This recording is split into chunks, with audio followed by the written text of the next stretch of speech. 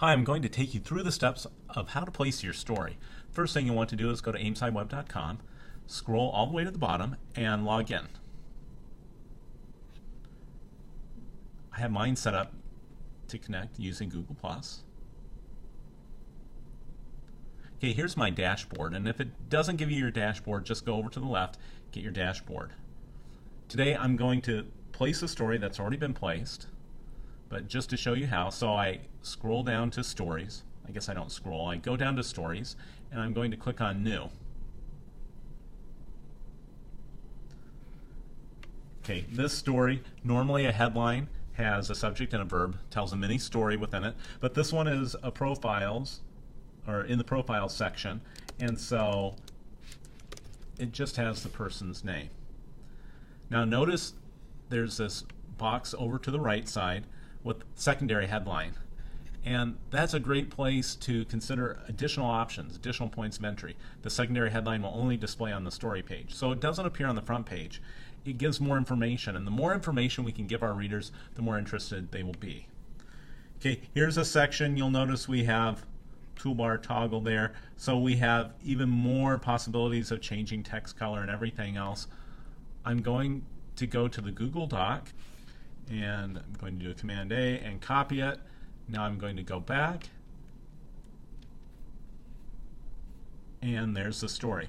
Now if I need to make some changes, sometimes the spacing gets off, sometimes the italics doesn't transfer over, bold doesn't transfer over. I need to look through to make sure things are transferring.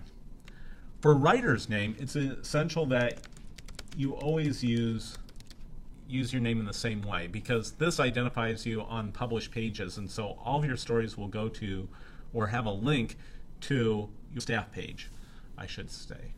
Video embed code, we don't have a video embed here, so we don't need to worry about those sections.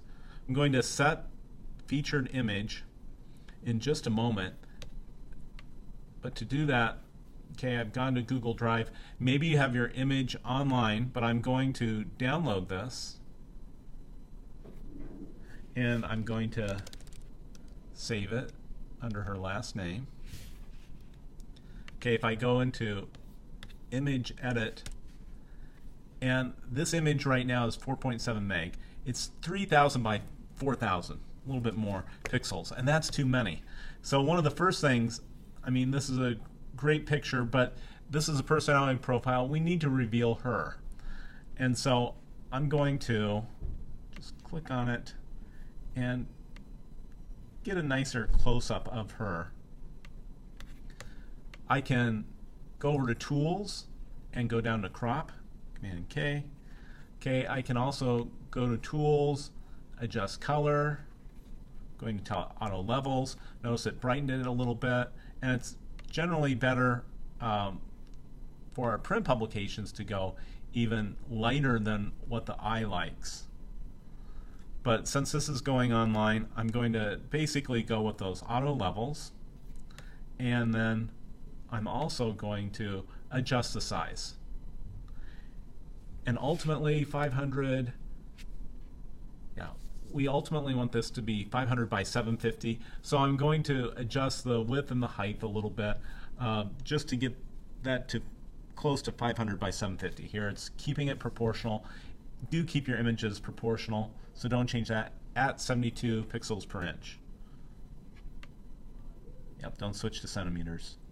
Okay, notice that it was 1.2 meg, and even before that it was quite a bit larger. That was after we cropped it down, and now it's going to be 211. I know it looks small here, but I'm going to save, and now when I go back to adding a new post, I'm going to set that as my featured image. Okay, I'm going to drag that into the folder, set featured image. Tags, okay, if I want to have some tags, we should probably look into that. But I need to set where I want this to go. And so this goes in the profile section, and if I want that to go into the showcase section where it's scrolling on the top, I can also click on showcase. Some of these categories need to be updated. Now I can publish this, I can save this draft. I'm actually going to save it just in case. But there's an important category above here, above our insertion point for our story. One button has add media, the other has add snow elements. And I'm going to add a pull quote. And that will add some interest. The speaker, and a news story might make more sense to identify the speaker, but just for consistency we're going to do that. And here's the quote, my favorite social media is.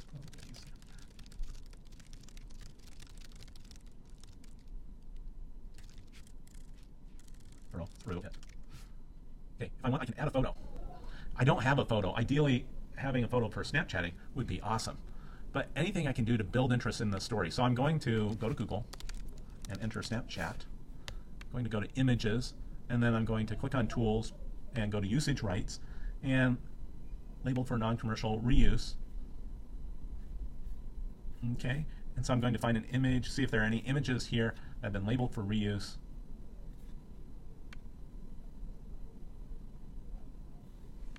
I'm going to drag that over. Okay, it's 612 by 612, so I'm going to adjust that once again, because that's probably too big, although it's a nice size.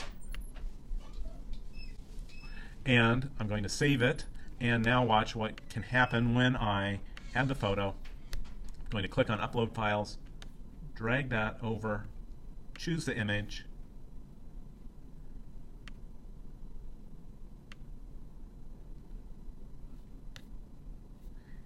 and now save this as a draft. I have publishing privileges, so if you do not have publishing privileges, talk to an editor, let them know that your story is ready to be published, and notice it's put all this HTML code in here. But if we click on the permalink, let me show you what the story looks like.